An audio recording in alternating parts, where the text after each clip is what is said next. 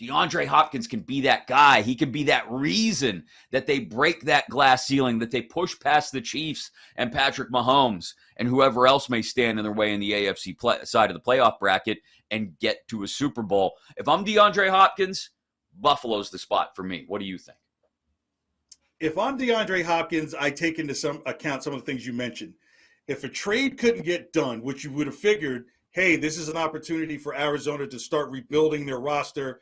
They're not going to have their quarterback to start the season, so this is a chance to go get pieces in the draft now, and they weren't able to pull that off. So that tells me that at some point, DeAndre Hopkins wants something comparable money-wise than what he was getting to what he was getting in Arizona, and that's why the trade didn't happen.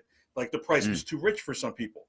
Right. And the other side of that is for him to go to Buffalo or to Kansas City, he's going to have to probably sacrifice some of the money that he wants. So there has to be this team that might be in between, and I'm going to give you a name that nobody could see, but I could see it clearly, that could potentially give him the money and he can compete for a championship, and that's the Minnesota Vikings.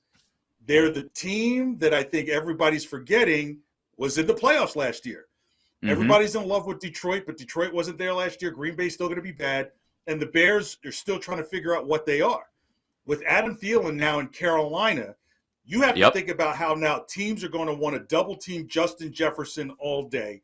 So you need to pull that off of Justin Jefferson for him to still be effective. If he goes to Buffalo, it's not like Stephon Diggs is going to be happy that he's no longer catching 105 passes a year and DeAndre Hopkins being like a 50, 60, 70 receiving receptions guy.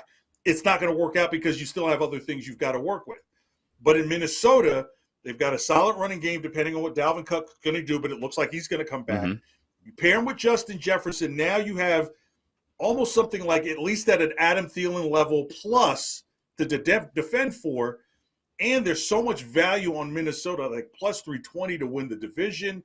And when the money is on the Lions, I said, no, it's still on the Vikings because all they have to do is just get two cornerbacks, and suddenly they might be able to defend a ball that goes in the air. So DeAndre Hopkins to Minnesota in a closed environment, which he's used to, with a quarterback that likes to get the ball to receivers and an opposite side of the field receiver that so much attention is going to be on, they could be dangerous if he goes there.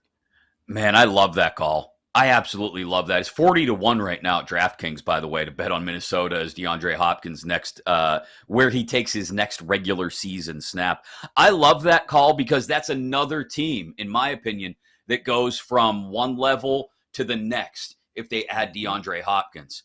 And look, there's a litany of issues with Minnesota's defense that I don't know if they've actually been able to address this year.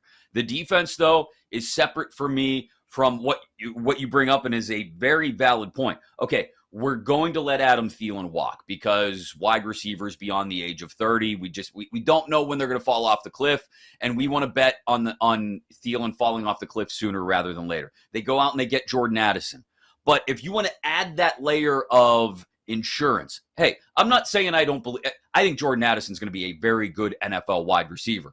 But if I don't want to have to insert him as a day one starter, if I don't want to have to give KJ Osborne too many snaps, if I want to continue to let him work from the slot and not have to line him up outside, then this is perfect. This gives Kirk Cousins another weapon through the air.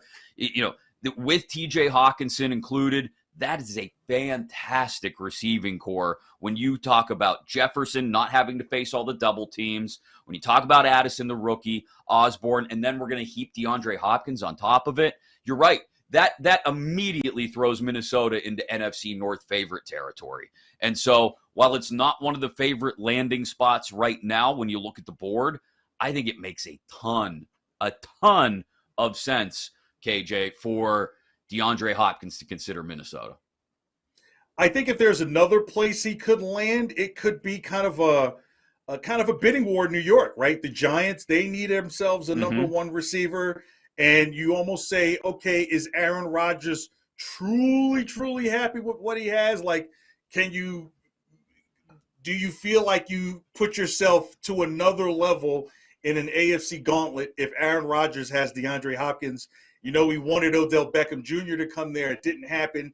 DeAndre Hopkins is going to be a more ready and serviceable option. While you still have some people there, you did get Allen Lazard, but we're not talking about Allen Lazard, keeps defenses up at night of how to stop them. DeAndre Hopkins is literally an everyday play consideration that Aaron Rodgers may want to have.